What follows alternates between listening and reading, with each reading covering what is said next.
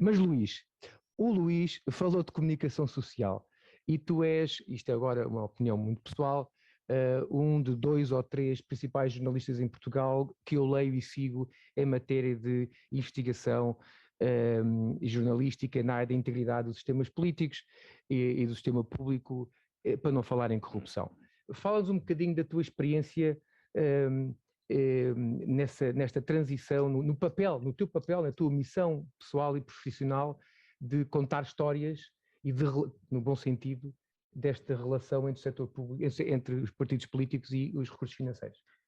Bem, eu vou tentar falar um pouco sobre a minha experiência, não só, tentando obviamente partir de uma base factual, não vou utilizar científica, mas factual, tem a ver essencialmente com o facto de eu acompanhar, desde há cerca de 20 anos, os principais processos judiciais da criminalidade económico-financeira.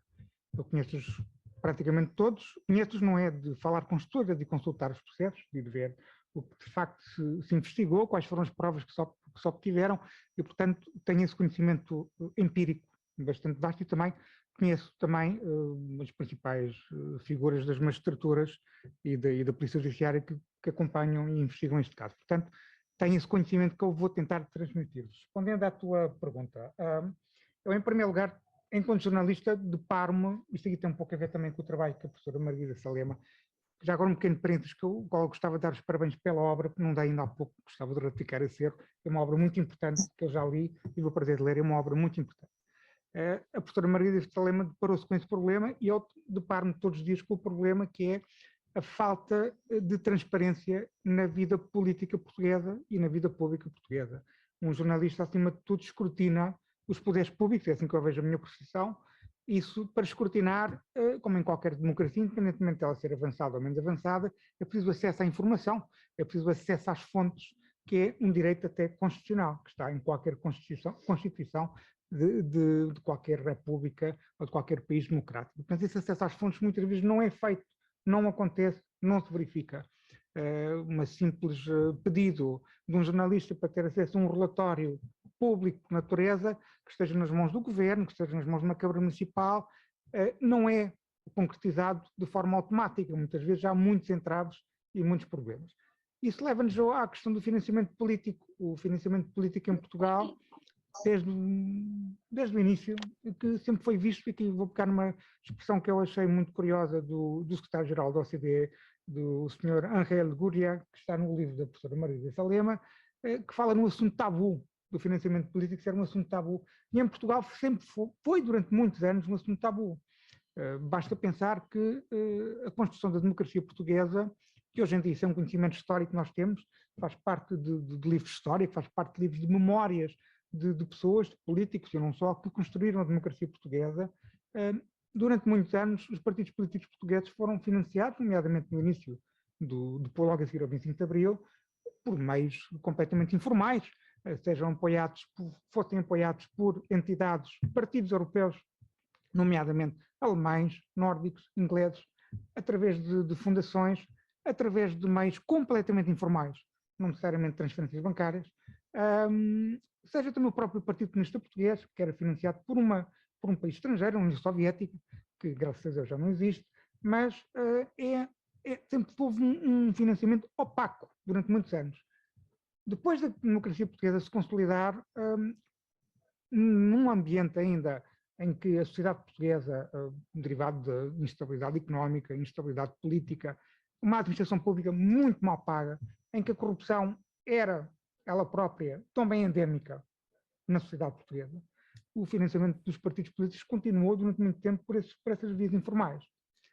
E aqui temos que pegar, e agora falando um pouco da realidade internacional, e voltando depois à realidade nacional, nós, se analisarmos todos os processos judiciais ligados ao financiamento partidário ilícito, seja em Espanha, seja em Itália, seja em França, processos recentes, como por exemplo o caso de Sarkozy, processos mais antigos, como o caso relacionado com o ex-primeiro-ministro italiano Bettino Craxi, a Operação Mãos Limpas, aqui em Espanha o caso de Barcenas, que é um caso relativamente recente e que tem na sua gênese um alegado financiamento partidário de um dos principais partidos políticos espanhóis, o caso da Lava Jato.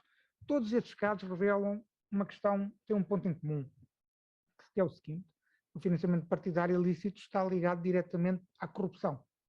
Está ligado diretamente à tentativa de grupos económicos de tentarem ganhar uma vantagem face aos seus concorrentes ou até manterem, muitas vezes, monopólios em determinados setores de atividade. E para isso precisam de capturar o partido governamental ou precisam de capturar titulares de cargos públicos específicos. E o financiamento partidário e a corrupção andam de mãos dadas, o financiamento partidário ilícito, quero dizer, e a corrupção andam de mãos dadas quando temos esta situação. Nós, em Portugal, nunca tivemos uma situação tão grave quanto aquela que eu acabei de descrever nestes processos judiciais. Eu acho que isso é interessante abordar, porque isso não aconteceu. Porque nós, durante muitos anos, até os anos 90, não tivemos praticamente uma justiça atuante. Só a partir dos anos 90 que começamos a ter processos judiciais com impacto político, com impacto judicial, com impacto social, casos como o caso Pax Macau, o caso Emaldi, o caso, para os mais novos estes nomes não dizem nada, mas têm essencialmente a ver com situações de corrupção de altos titulares de cargos políticos. O caso Pax Macau, por exemplo, era um caso que tinha a ver com a alegada corrupção do governador de Macau, que na altura era um território sob administração portuguesa, como também o caso do GT, que tinha a ver com fraudes de fundos sociais europeus, etc. Casos judiciais esses que ajudaram a moldar um pouco a ideia que ainda hoje persiste na sociedade portuguesa de que todos os grandes casos judiciais acabam por prescrever. E esses casos, de facto, prescreveram nos anos 90. Alguns deles estavam ligados a financiamento partidário, suspeitos de financiamento partidário ilícito. E esses casos prescreveram todos porque, foi isso que eu tentei demonstrar um bocadinho no livro que publiquei na Fundação Francisco Manuel dos Santos, porque o regime político e a própria sociedade acho que não estavam preparados para casos daqueles. Depois, na década de 2000, tivemos sim, com a ajuda, um impulso muito forte da União Europeia, tivemos uma construção de um sistema, muitas vezes o grande público desconhece que existe, a construção de um sistema de combate ao branqueamento de capitais, que obriga a que o sistema financeiro passe a dar informação ao sistema judicial automaticamente a partir de transferências de cerca de 15 mil euros, transferências suspeitas. E, portanto, aí já entramos num caminho em que a justiça já está especializada, já tem know-how e já tem um sistema de informação que lhe permite chegar a estes grandes casos que nós conhecemos dos últimos 10, 15 anos.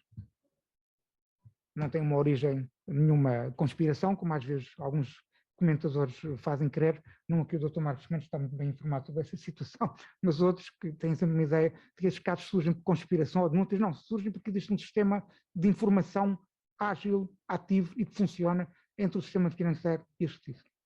Mas nenhum desses casos, estava a dizer, tem na sua gênese nenhuma situação de financiamento partidário ilícito, como aqueles que já aconteceram em Espanha, ou em Itália, ou no Brasil, que eu descrevi há pouco. E porquê é que isso acontece? Acho que acontece por várias razões. Em primeiro lugar, a nossa justiça continua a não ter mecanismos de colaboração premiada, mecanismos de investigação mais proativa que lhes permita chegar a este tipo de informação. Se formos ver outros casos, esses casos internacionais, parte deles, não todos, mas parte deles, a chegada à prova tem a ver, nomeadamente, com contabilidades paralelas, com prova documental. Muitas vezes isso acontece porque há uma colaboração. Mas também há, e gostava de dar este lado positivo, porque eu não tenho, apesar de ser um apologista do pessimismo antropológico, eu não acho que o homem é bom por definição, eu acho que o homem é mau por definição, por isso é que nós temos que ter entidades fiscalizadoras, temos que estar a fiscalizar o que é que o homem faz. Nós temos um lado positivo no nosso sistema. Eu acho que houve uma certa regeneração do sistema político português no que diz respeito à questão do financiamento partidário. Eu sempre fui particularmente crítico da criação do sistema de financiamento partidário público. Eu não sei se estou aqui já a adiantar alguns temas, estou aqui a... Já íamos cobrir na segunda pergunta, mas tu tocaste na questão do comportamento partidário e se achares bem, esta conversa não ficaria de forma alguma completa se não tivéssemos alguém com experiência de vida partidária de dentro. E de maneira que ficamos muito contentes que o Dr. Luís Marcos Mendes tenha podido juntar a nós esta tarde. Luís Rosa, como é que todo este tema que aqui estamos a conversar, e continuando no caso português, se desenvolve na redação? Quer dizer, qual é o espírito de uma redação quando abordam este tema em particular? Bem, como eu comecei por dizer ao início, nós não temos um acesso à informação em Portugal que permita, muitas vezes, ao jornalismo português fazer uma investigação jornalística. É uma coisa muito comum hoje em dia, particularmente desde que as redes sociais caíram em cima do jornalismo. Hoje em dia um jornalista é quase um Jesus Cristo nas redes sociais, leva pancada a toda a gente e, portanto, ou é porque fazemos, ou é porque não fazemos, e então não fazemos investigação jornalística. Parece que é uma coisa muito fácil, mas não é. Não há, muitas vezes, acesso à informação e, por outro lado, os recursos financeiros das redações são muito reduzidos. E a crise financeira que a comunicação social está envolvida não facilita isso. Mas se me permites, gostava só de pegar aqui em várias coisas que foram ditas que eu acho que são importantes e continuando também, continuando a dar aqui um contributo empírico, embora diga que a intervenção do Dr. Marcos Mendes é completamente imbatível nesse aspecto. Acho que é uma intervenção realmente que diz tudo, mas vou tentar complementar um pouco sobre essa questão. Nós, se pensarmos, todos os problemas foram aqui levantados pela professora Margarida, pelo professor Luís Sousa. Vou transpor para a questão penal. Se nós pensarmos bem, nós só tivemos os únicos processos penais que tivemos com indícios de financiamento partidário ilícito, diz muito também sobre as falhas do próprio sistema, não só administrativo, como também depois penal, para investigar eventuais situações que acho que nós já chegamos aqui a uma conclusão que existiram muito desde o 25 de Abril, durante 20 e poucos anos, e muito provavelmente persistem, não com a gravidade do que era anteriormente, mas certamente persistirão. E, portanto, vou só falar aqui de 3 situações muito, muito simples. Eu tentei contactar, para preparar esta conferência, contactei a Procuradoria-Geral da República e pedi estatísticas sobre processos penais que tivessem tido acusações do crime de financiamento partidário ilícito. Como eu estava à espera, a Procuradoria não tem essa estatística. Nós não recolhemos nem tratamos estatisticamente este tipo de informação, que era muito importante para percebermos o estado da arte em termos, por exemplo, do Poder Judicial. Nem no meu conhecimento, até porque fiz várias notícias sobre estes processos, eu fiz a notícia sobre o primeiro processo de crime de acusação no crime de financiamento partidário ilícito e que até transitou em julgado e o arguido foi de facto condenado, com transição em julgado, que é um caso de 2007. Portanto, tivemos o 25 de Abril em 74, criamos o crime de financiamento partidário ilícito em 2003 e só em 2007 é que nós temos uma acusação a um líder do Partido Socialista de Coimbra. Isto é irrelevante aqui, o partido, porque eu tenho a clara convicção que os problemas são transversais aos partidos políticos, não são exclusivos de nenhum, nem há aqui nenhum problema ideológico, obviamente, mas só em 2007 tivemos uma acusação com esta matéria. Obviamente que era um caso, como eu expliquei há pouco, ligado à corrupção.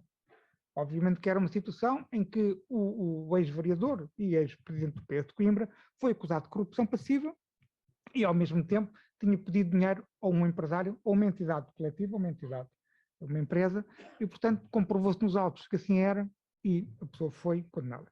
Tivemos depois uma situação que é o apelido quase de anedótica, que foi a situação do ex-presidente na altura e agora atual presidente da Câmara de Oeiras, Isaltino Moraes, em que, durante o julgamento, o próprio arguido deu a justificação, para justificar porque é que tinha dinheiro na Suíça, deu a justificação que uma parte desse dinheiro adivinha de sobras eleitorais. Ou seja, tendo em conta que o arguido tinha sido também, ele próprio tinha feito uma queixa à Polícia Judiciária que tinha sido assaltado no próprio gabinete do Presidente da Câmara, que lhe tinham roubado 40 mil euros ou 30 mil euros em notas, no gabinete do Presidente da Câmara, o arguido deu a justificação que esse dinheiro adivinham de sobras eleitorais e que tinha depositado na sua conta bancária. Não foi acusado de crime de financiamento partidário ilícito, porque na altura em que a situação ocorreu, o crime ainda não existia. Bem, portanto, são duas situações simples e são as únicas que eu conheço, com uma situação bastante clara. E agora, falando do futuro, ou falando do presente e do futuro, eu continuo a ter uma perspectiva positiva de que o nosso sistema político foi capaz, em certa medida, de se regenerar nesta matéria. Eu acho que o financiamento partidário público, o financiamento público, tendencialmente público, foi positivo, claramente positivo. Obviamente nós tivemos também a crise financeira de 2007, 2008, também ajudou a que os partidos políticos se disciplinassem financeiramente, mas eu acredito, tenho a convicção, uma percepção, não é nenhum dado científico, é uma opinião, uma percepção, de que a nível nacional, que a nível de eleições nacionais, a necessidade que os partidos políticos têm de ter grandes orçamentos e logo terem uma necessidade de grandes receitas, provavelmente está um pouco esbatido hoje em dia. Eu acho que hoje é um problema que já não existe com a gravidade que existia antes. Agora acho que há aqui um problema, e a entidade das contas não tem mais para fiscalizar essa matéria. Os próprios partidos políticos também não têm mais. Há um problema com as eleições autárquicas. Você tem que se aclarar a percepção. Todos os especialistas apontam essa matéria. Os próprios partidos políticos a nível nacional não conseguem controlar o que é que as suas estruturas locais fazem nas eleições autárquicas. E a percepção que existe é que há, de facto, uma grande informalidade nessa matéria. E há também uma enorme falha, ou uma enorme falta de meios, e até de cultura, da própria justiça a nível regional. Aqui não estou a falar de departamentos como o de CIAP, que é um departamento central, eu vou terminar, é um departamento central, é uma estrutura central. Eu não sou centralista, mas vejo o CIAP com olhos muito positivos. Mas a nível das estruturas judiciais regionais, estou a falar do DIAP do Porto, estou a falar do DIAP do Algarve, estou a falar do... Enfim, abro uma exceção para o DIAP de Coimbra, que tem um trabalho muito, muito positivo nessa matéria de combate à criminalidade económica e financeira, mas geralmente não há uma preparação, não há um know-how, não há meios e também não há uma cultura a ser de uma certa independência face aos poderes políticos locais. Não existe essa cultura de independência. Há, aliás, muitas vezes uma cultura de promiscuidade entre as estruturas do poder judicial e as estruturas do poder político a nível local. Estou a falar de câmaras municipais, estou a falar de distritos, etc. E, portanto, é muito importante que nós tenhamos consciência que esse problema existe. E para resolvê-lo, não só há a questão do financiamento público, mas há também a questão dos meios. Há a questão da própria credibilidade que a democracia, o poder político, tem de ter ou tem de criar junto do nosso sistema partidário. Porque nós não podemos ter, eu termino com esta crítica, não podemos ter, como aconteceu recentemente, uma nova lei, foi uma notícia de 22 de outubro de 2028, a nova lei do Tribunal Constitucional fez prescrever 82 processos de multas a partidos. E se nós formos ler a notícia, reparamos que, e aqui vou só ler a notícia, deixaram de ter resolvidos todos os processos relativos às contas anuais, antes, em 2018, houve, por causa da alteração feita em 2018 à Lei Orgânica do Tribunal Constitucional, deixaram de ter resolvidos todos os processos relativos às contas anuais dos partidos de 2010 e 2011. E antes já tinha havido um problema também com a prescrição das contas dos partidos de 2009. Portanto, o sistema político tem que credibilizar a fiscalização do financiamento partidário. Isso é fundamental para que a nossa democracia ganhe credibilidade, ganhe força e também para impedir que as forças populistas e demagógicas que existem no Parlamento possam explorar isso. Portanto, não só o combate à corrupção é fundamental, como também esta questão, esta credibilidade do sistema político e do sistema de financiamento partidário é, obviamente, crucial.